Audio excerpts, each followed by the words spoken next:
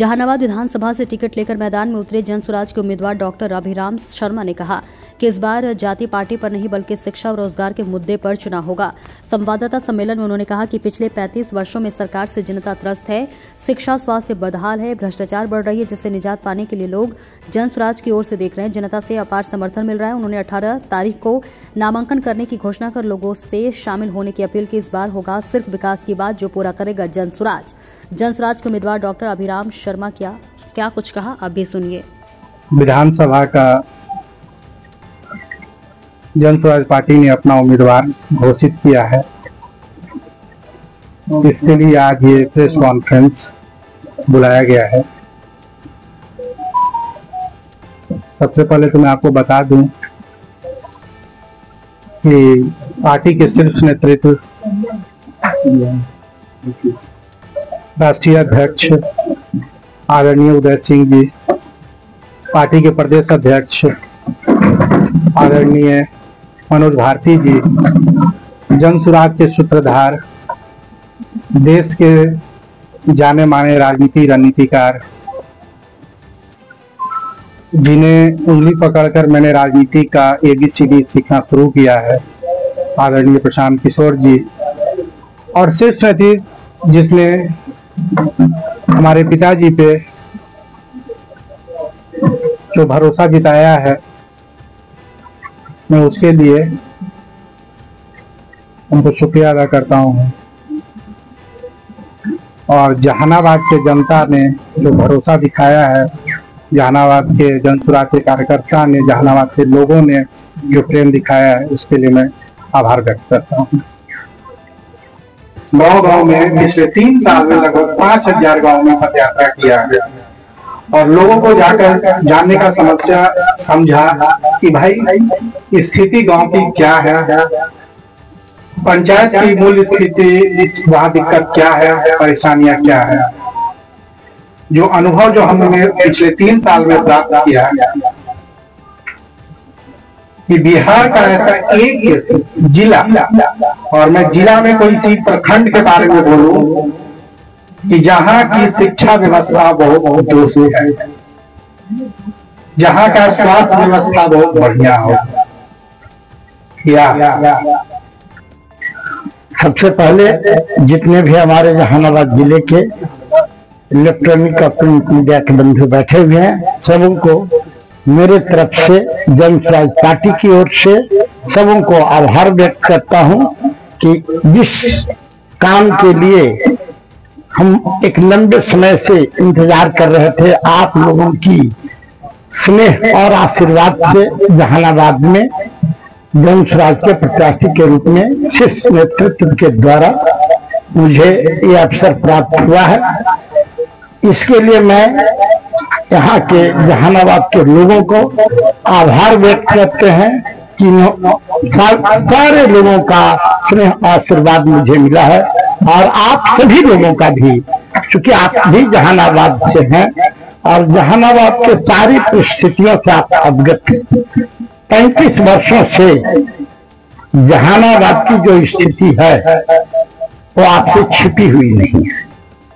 जात की जैसे अभी चर्चा हो रही है, जात की राजनीति जनसुराज कभी नहीं न किया है न करेगा, क्योंकि मेरा संकल्प है हम जमात को लेकर चलते हैं और जमात में इतनी ताकत होती है कि उसकी सफलता बहुत निकट हो जाती है।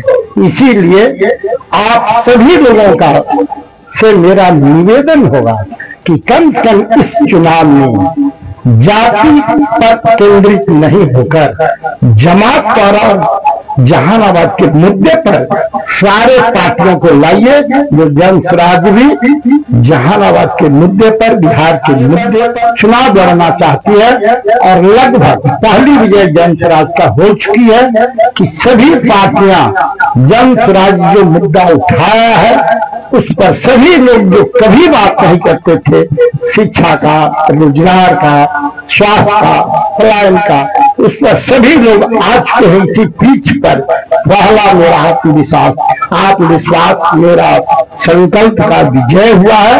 और इसके बाद आगे देखिए क्या क्या होता है। और आप लोगों का इसमें सहयोग चाहिए कि मुद्दा से आप किसी भी पूरी परिदृश्य को, चुनाव को भटकने नहीं दिए। ये आप लोग की भी जिम्मेदारी है।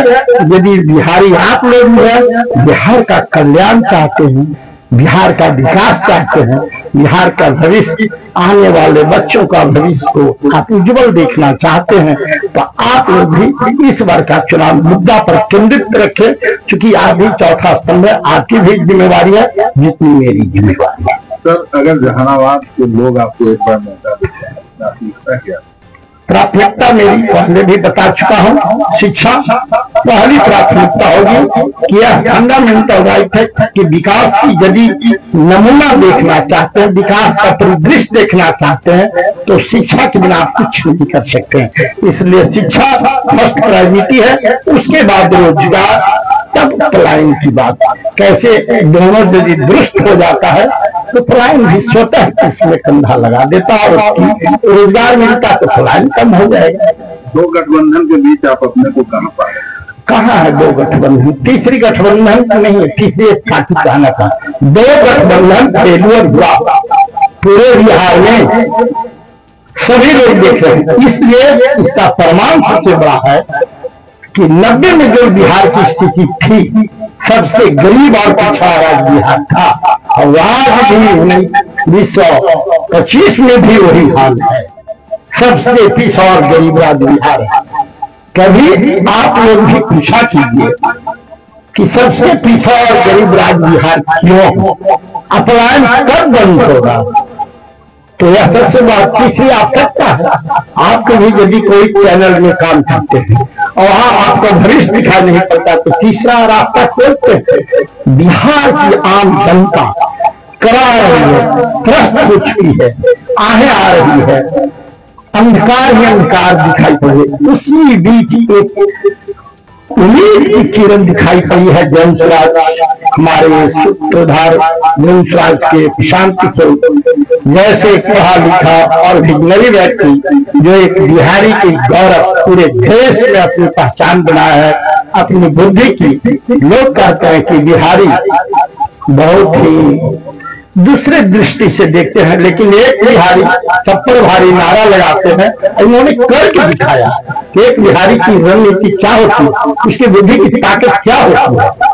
तो उसी बिहारी आपके बिहार के बदलाव के लिए कंधा लगाया है। इसलिए इस बदलाव में हम सभी पूरे बिहारियों से, सभी दलों से निवेदन करते हैं, आग्रह करते हैं सारे चैनलों से भी कि इस बदलाव में अपना शरीक होइए। तो 35 साल से जो स्थिति बिहार का बदतर बनी हुई है, बदहाल है, जैसे शैक्षणिक व्यवस्था, स्वास्थ्य की व्यवस्था, रोजगार की व्यवस्था, पूंजी जो चरमरा गई है बिहार की, सब कुछ है बिहार में, लेकिन इसके पीछे के क्या कारण है, नेता इसका जवाब नहीं दे रहे हैं।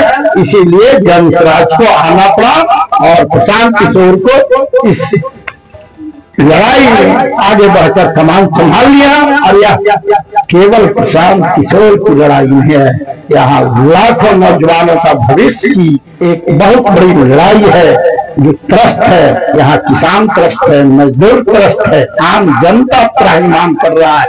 सभी के भविष्य को बचाना है, तो एक तीसरे मोर्चे के रूप में उभर कर आया है जयंतराज।